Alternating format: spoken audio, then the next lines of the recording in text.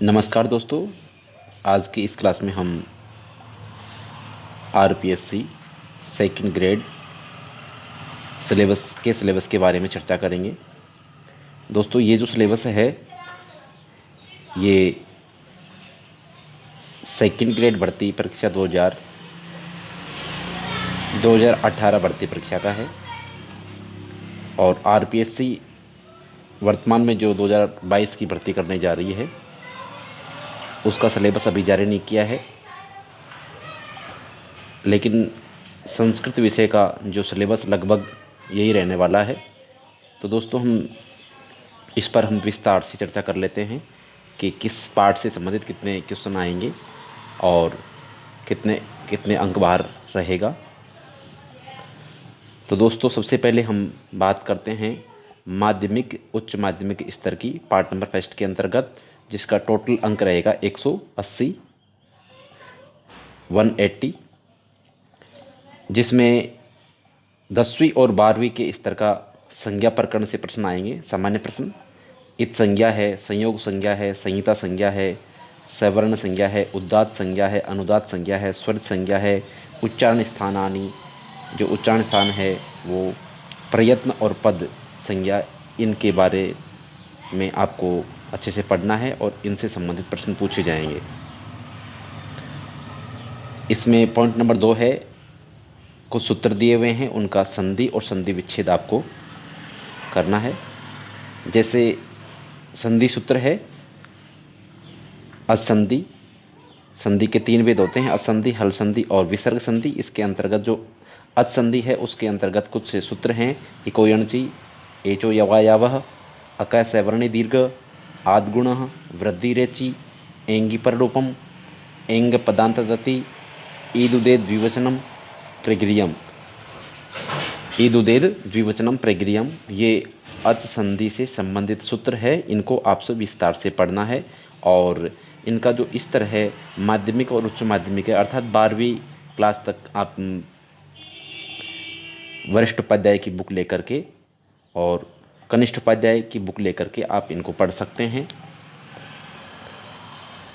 हल संधि के अंतर्गत स्तोश्चनाश्चु, स्टुनाष्टु, जलाम जसवंते, यरो अनुनासिके अनुनासिको वा, जयो होहन तरस्याम, तोरली, मनुस्वारः, अनुस्वारस्य यई परसवर्ण, षष्ठोवटी। इन सूत्रों से संबंधित उदाहरण और सूत्र से संबंधित प्रश्न आपके आ सकते हैं, इनको आपको विस्तार से पढ़ना है। और विसर्ग संधि की बात की जाए तो विसर्ग संधि के अंतर्गत से जुसोरु खरवसानयोर विसर्जनीय, खरवसानयोर विसर्जनीय, विसर्जनीयस्य से, अतो रोर प्लुताद अप्लुते, हसीचे रोरी ड्रैलोपे पूर्वस्य दीर्घो अणः। ये सभी सूत्र विसर्ग संधि से संबंधित है, इनको आपको विस्तार से पढ़ना है। फिर है दोस्तों पॉइंट नंबर 3, जिसमें समास से संबंधित है, समासों के भेद, जिसके अंतर्गत अव्ययभाव समास है, तत्पुरुष समास है, कर्मधारय है, द्विगु है, द्वंद्व है, बहुव्रीहि। ये सभी समासों एतेषां समासानां सामान्य परिचय है, इन समासों से संबंधित सामान्य परिचय। पदानां समासः समास विग्रहस्य, पदों का समास करना है और समास विग्रह करना है। और नंबर 4 टॉपिक पर है प्रत्यय, जिसमें अक्तय, अक्तवतु, सत्री, शानच, तुमुन, तव्यत, अनियर, णवुल, त्रिच, ण्यत, कत्वा, ल्यप, ल्युट, घय, क्यप, यत, मतुप, तल, तरप, तमप, ये प्रत्यय हैं, इनसे संबंधित आपके प्रश्न आएंगे, इसलिए इनको आप सभी अच्छी तरह से पढ़ ले। शब्द रूपों के अंतर्गत राम, हरि, पति, सखी, गुरु, पितरी, भूभृत, गच्छत, आत्मन, रमा, मति, नदी, धेनु, वधु, स्त्री, फल, वारी, मधु और जगत। इनमें जो शुरुआती हैं राम से लेकर के और आत्मन तक ये पुल्लिंग से संबंधित है, रमा से लेकर के स्त्री तक ये स्त्रीलिंग से संबंधित है, और फल से लेकर के जगत तक ये नपुंसकलिंग से संबंधित है। और अस्मद, युष्मद, सर्व, तत्व और इदम ये सर्वनाम शब्द है। इन सभी शब्दों के रूप आपको अच्छे से याद करना है और इससे संबंधित प्रश्न पूछे जाएंगे। और धातुओं के अंतर्गत पॉइंट नंबर 6 में धातु ओनली 5 लकारों में प्रश्न आपके पूछे जाएंगे। लट लकार, लिट लकार, लोट लकार, लंग लकार और विधिलिंग लकार।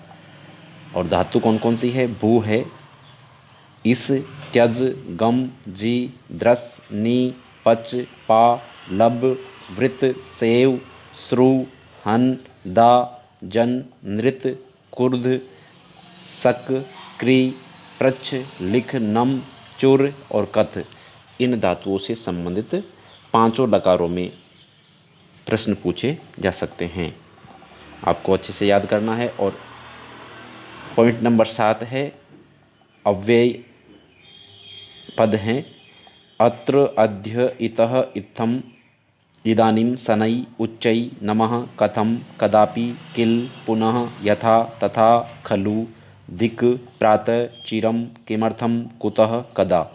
ये अव्यय हैं। तो अव्यय की परिभाषा और ये जो अव्यय शब्द हैं, इन शब्दों का वाक्य प्रयोग और इनका अर्थ किस अर्थ में प्रयुक्त होते हैं, इनसे संबंधित प्रश्न पूछे जाते हैं। और जो अव्यय से संबंधित प्रश्न आते हैं दोस्तों, वो थोड़ा डिफ़िकल्ट होते हैं, कठिन होते हैं।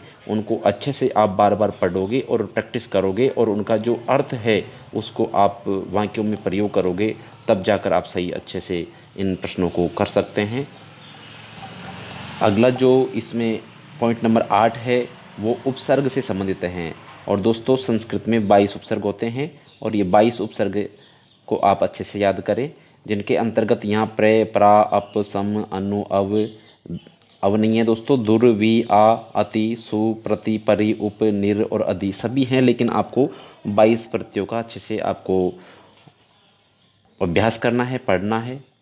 और उपर्युक्त पाठ्यक्रम आधारित वाक्य शुद्धि, उपर्युक्त जो पाठ्यक्रम था पॉइंट नंबर 1 से लेकर 8 तक थे, इनसे संबंधित वाक्य शुद्धि संस्कृति अनुवादस्य, वाक्य को शुद्ध करवा सकते हैं। उस वाक्य में वह वाक्य अशुद्ध हो सकता है। किस प्रकार से अशुद्ध हो सकता है? या तो उपसर्ग का गलत प्रयोग हुआ होगा, या अव्यय शब्द का गलत प्रयोग हुआ होगा, या कोई धातु रूप अशुद्ध या शब्द रूप अशुद्ध हो सकता है, या फिर उसमें जो प्रत्यय है वह अशुद्ध प्रयोग हो सकता है, समास का सही प्रयोग नहीं हुआ हो। इन सभी त्रुटियों से संबंधित यहाँ प्रश्न पूछा जाएगा, जिसको आप सही करके बताना है। अब ये जो पहला पॉइंट था वो 180 नंबर का था, जिसमें कुल 9 पॉइंट है, 180 अंक बार है। और इसका स्तर क्या है? माध्यमिक और उच्च माध्यमिक, मतलब 10वीं से 12वीं तक का ये स्तर है 180 अंक का।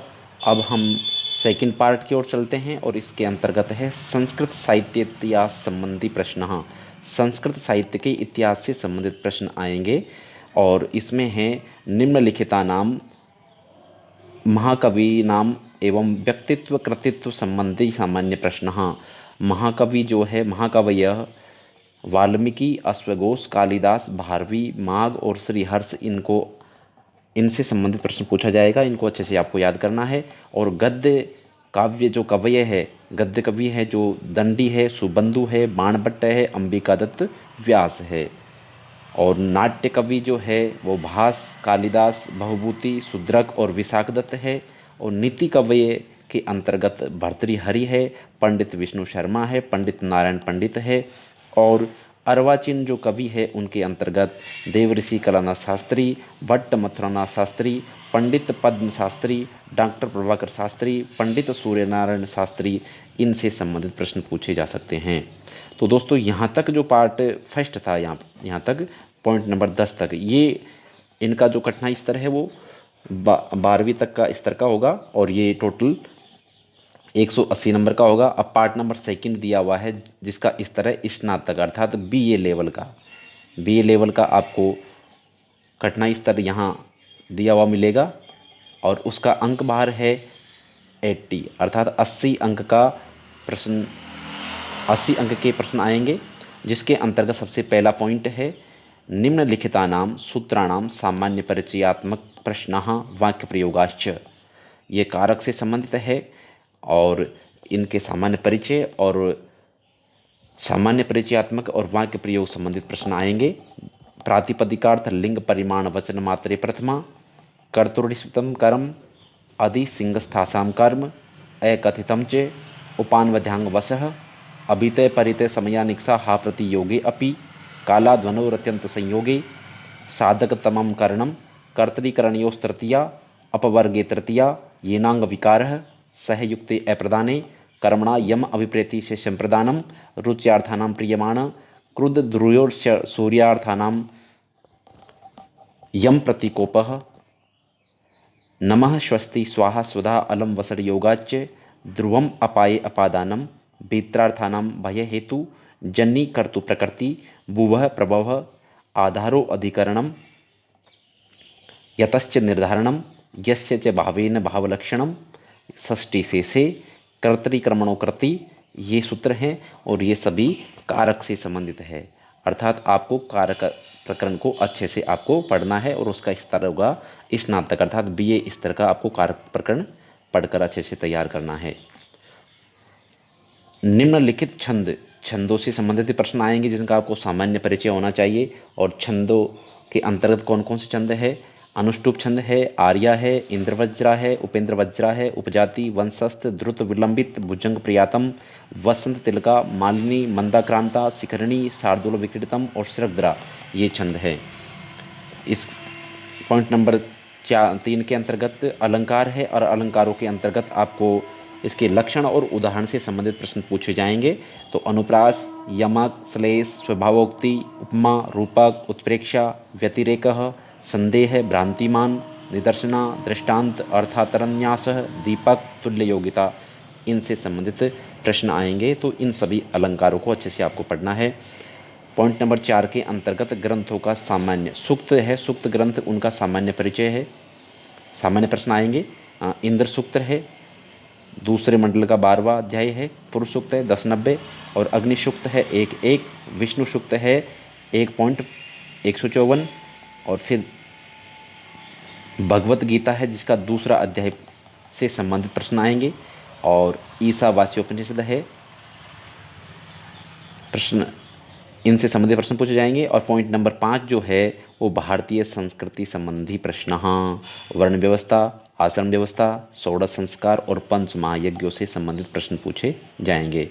ये तो था दोस्तों सेकंड पार्ट, जिसमें से टोटल 80 नंबर के क्वेश्चन आएंगे और इसके अंतर्गत 5 पॉइंट है। पार्ट नंबर जो 3 है उसमें शिक्षण विधि है, क्या है? शिक्षण विधि है और उनका जो अंकबार है वो 40 है। तो भाषा कौशल से संबंधित प्रश्न है, पाठन कौशलाभिवृद्धि विषयक विधयः और लेखन कौशलाभिवृद्धि विषयकाः विधयः। पॉइंट नंबर 2 है अध्यापन विधेय, व्याकरण शिक्षणम, गद्य शिक्षणम, पद्य शिक्षणम और नाटक शिक्षणम। और जो पॉइंट नंबर 3 है वो अध्यापन कौशल है, प्रस्तावना प्रश्न, अन्वेषण प्रधान प्रश्न, श्यामपट्ट प्रश्न, प्रश्नोत्तर कौशल प्रश्न, प्रवाह कौशल प्रश्न। और पॉइंट नंबर जो 4 है वो पाठ योजना, गद्य पाठ योजना, पद्य पाठ योजना, व्याकरण पाठ योजना, अनुवाद पाठ योजना और नाट्य पाठ योजना। तो दोस्तों इस प्रकार से ये टोटल आपका सिलेबस भर्ती परीक्षा 2018 पर आधारित है और नवीन सिलेबस भी कोई थोड़ा बहुत चेंजेज हो सकता है, नहीं तो इसी प्रकार का सिलेबस रहेगा जो कि आयोग द्वारा यथा उचित समय पर उसे अपलोड कर दिया जाएगा।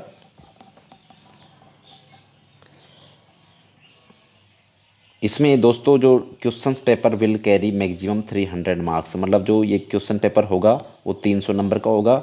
Duration of the questions paper will be 2 hours 30 minute, मतलब 2.5 घंटे का समय होगा, 2:30 का समय होगा। और जो 300 नंबर होंगे और क्वेश्चनों की जो संख्या है वो 150 क्वेश्चन आएंगे, प्रत्येक क्वेश्चन 2 नंबर का होगा। तो इस प्रकार से 300 नंबर हो गए हैं। और जो बात की जाए knowledge of secondary and senior secondary standard the about relevant as per syllabus, 10वीं और 12वीं के स्तर का 120 नंबर का मैटर आएगा। और knowledge of the graduation standard about relevant subject matter as per syllabus, जो स्नातक स्तर है, शास्त्रीय स्तर है, उसका लेवल 80 नंबर का क्वेश्चन आएगा। और teaching method of relevant subject ये 40 नंबर की होगी। इस प्रकार से टोटल 300 नंबर हो चुके हैं। All questions carry equal mark, सभी प्रश्न समान नंबर के होंगे। ऐसा नहीं है कि पहला क्वेश्चन 2 नंबर का है और दूसरा क्वेश्चन 1 नंबर का है या फिर 1 से 50 तक इतने नंबर के। इनमें जो इस पेपर में जो 150 क्वेश्चन आएंगे वो सभी प्रश्न 2 नंबर के होंगे, समान नंबर के होंगे। और there will be negative marking, और नेगेटिव मार्किंग होगी। तो दोस्तों ये सिलेबस था आरपीएससी भर्ती परीक्षा 2018 वरिष्ठ अध्यापक संस्कृत विषय। तो दोस्तों इसको आप अच्छे से एक बार पढ़ें और इससे संबंधित जो बुक्स हैं उनको आप कलेक्शन करें और नोट्स बनाएं और पढ़ें। और हमारे वीडियो पर भी आप इससे सभी जो बुक्स संबंधित और जो टॉपिक हैं उनके वीडियो अपलोड कर दिए जाएंगे। इसलिए आप हमारे चैनल को लाइक और सब्सक्राइब करें। धन्यवाद।